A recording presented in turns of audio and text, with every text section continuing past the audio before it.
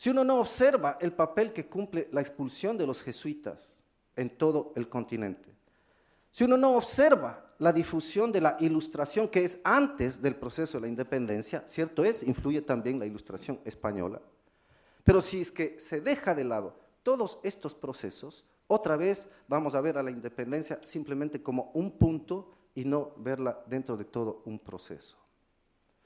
Una segunda fase en el proceso de la independencia es la fase de las juntas. En el encuentro de septiembre de 2008, cuando yo llegué por primera vez a uno de los países miembros en México, tenían organizada la conmemoración del bicentenario en todos los países 1810-2010. Tuve que protestar, sinceramente. Momento. Los latinoamericanos nos estamos olvidando que hay al menos 3 procesos antes que arrancan la independencia de este país, de nuestros países. 1804, la independencia de Haití, al que no le hemos prestado buena atención.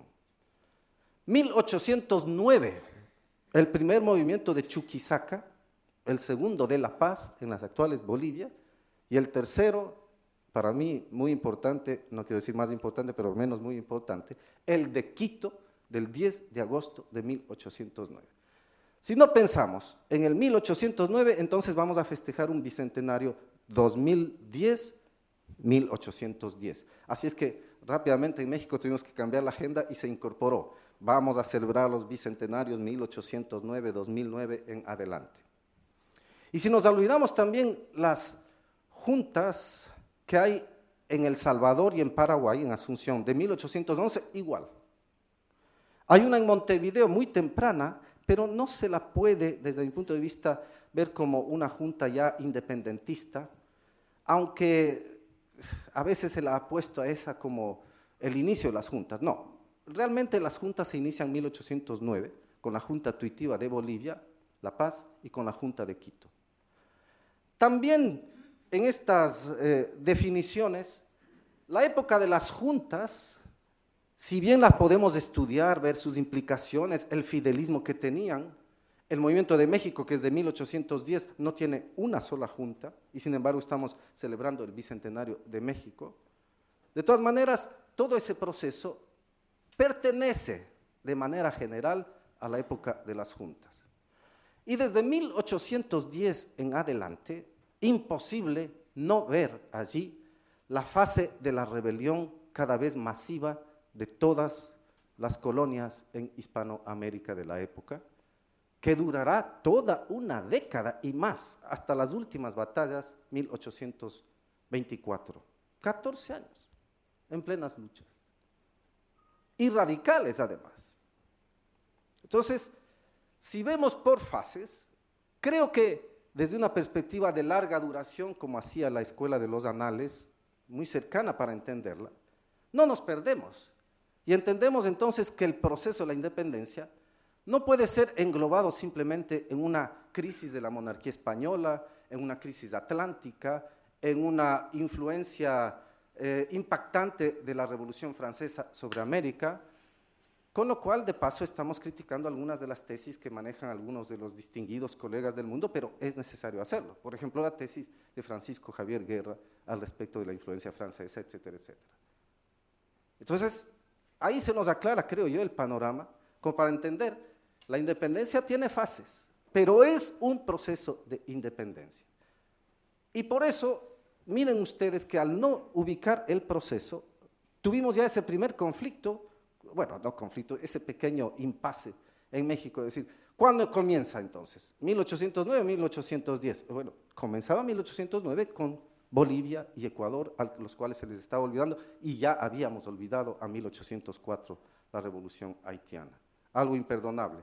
Por eso en una segunda reunión o tercera en Buenos Aires, hicimos al menos un acto de desagravio al embajador haitiano, invitándole al Grupo Bicentenario y haciendo un homenaje con él, y de esa manera, algo así como que nos libramos de culpa histórica también los latinoamericanos.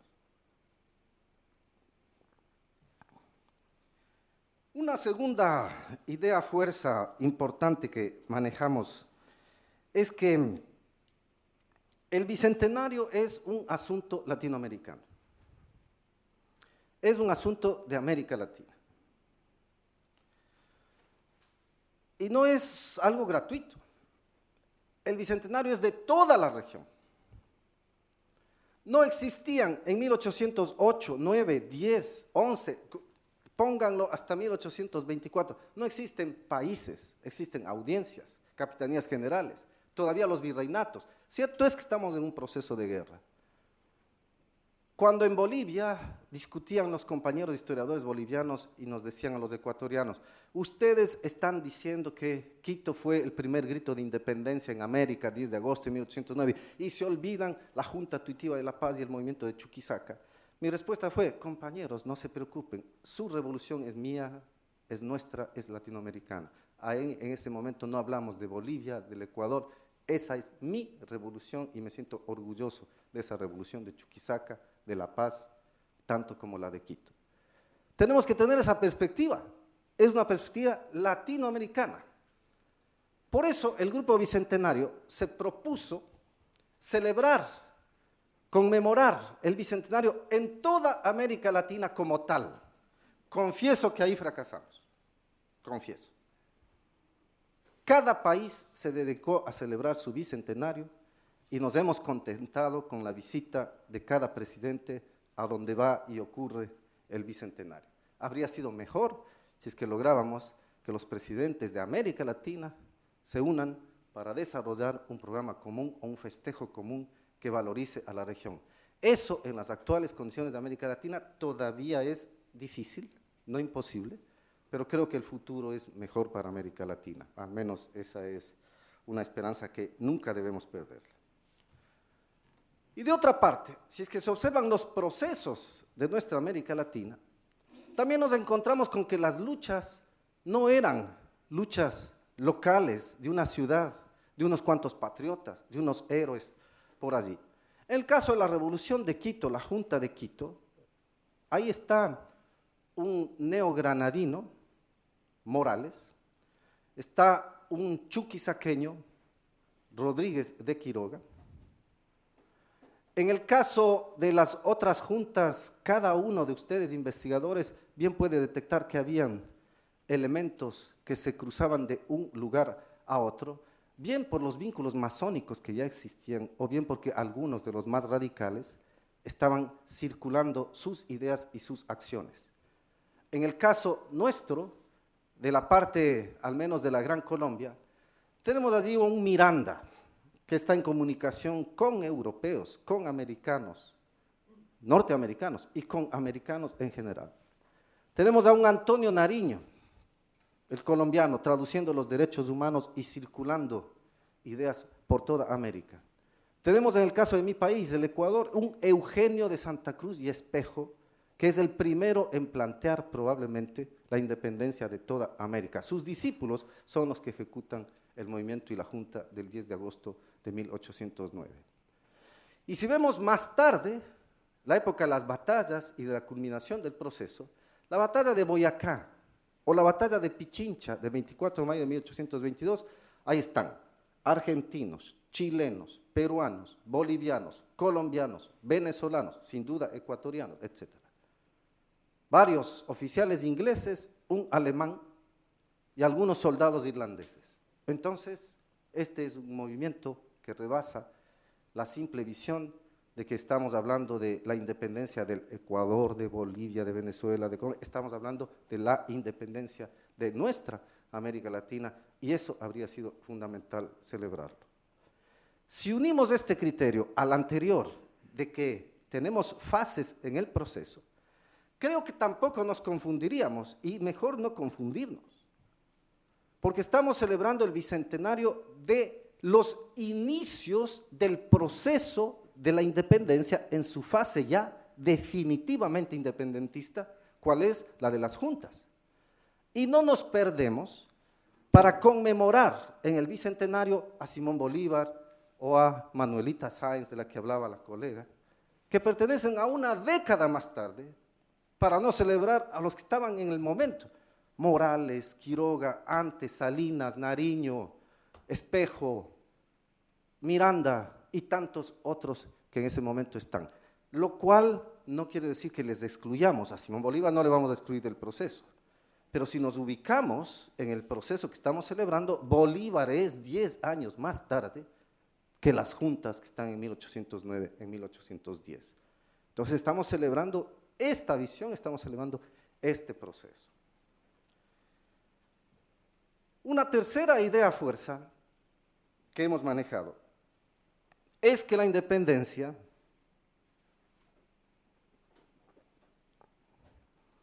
es definitivamente, puede ser que la palabra a algunos no guste o provoque cierto resquemor, pero es que tenemos que ser muy claros también en historia, en los contenidos, y más todavía si somos historiadores. La independencia es la tercera idea fuerza, es un proceso de lucha anticolonial. Y esa es la verdad. ¿Qué significa esto? Que podemos hablar de revoluciones de los criollos, en mi país también, como en los otros países que conozco la literatura, al menos fundamental. Se habla a veces de las revoluciones criollas, porque la revolución de independencia, sin duda alguna, dio la hegemonía a la clase criolla una vez que se fundan las repúblicas.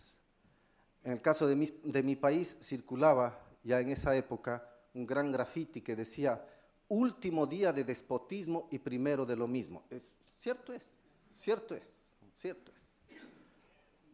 Pero estamos hablando del proceso distinto al de la independencia. Estamos hablando de la fundación de las repúblicas y la construcción de las repúblicas oligárquicas. Eso es otra cosa. De eso podemos examinar las condiciones, las particularidades, lo que sea, sí. Pero por el momento quedémonos nada más en el proceso de independencia. Entonces, si hablamos de revoluciones criollas, estamos dejando fuera de las revoluciones criollas a los miles de mestizos, a los miles de indios, a los miles de negros, a los centenares de bolivianos, chilenos, venezolanos, etcétera, que fluyen en el proceso de independencia. Me dirán que los indios estaban divididos. Sí, como estaban divididos los patriotas. Me dirán que las juntas eran fidelistas. Sí, y también había los grandes radicales que pensaban en la independencia absoluta y completa. El fidelismo era uno de los puntos de unión dadas las circunstancias históricas de ese momento. Y el hecho de constituir juntas soberanas con los criollos, no había más remedio, era la posibilidad práctica de ejercer ese momento el poder. ¿Cómo ejercer el poder con indios que hoy, siglo XXI, ya tenemos condiciones como para que el movimiento indígena pueda ejercer plenamente el poder? Tenemos por primera vez en la historia un presidente indígena en Bolivia. Eso no ocurría antes. ¿Qué presidente indígena hay antes en América? Ninguno, ninguno, ninguno. En México, Benito Juárez, origen indígenamente criolla, vestido como criollo o lo que sea, pero no es el indígena plenamente. ¿Cuál otro? No hay ninguno. Y así podemos examinar todos los países. Entonces, hablar de revoluciones criollas es parcialmente cierto, pero si contemplamos el proceso, vemos ahí masas que también están apoyando a esta situación. Y sin duda también a los españoles. Toribio Montes, cuando llega a Quito para reprimir a la revolución quiteña, viene cargado de unas cuantas centenas de indios que son los que finalmente también reprimen a los patriotas de Quito. Pero hay masas. Nuestra revolución de independencia no es fruto de 1, 2, 3 personas. Son las que encabezan, pero hay estos que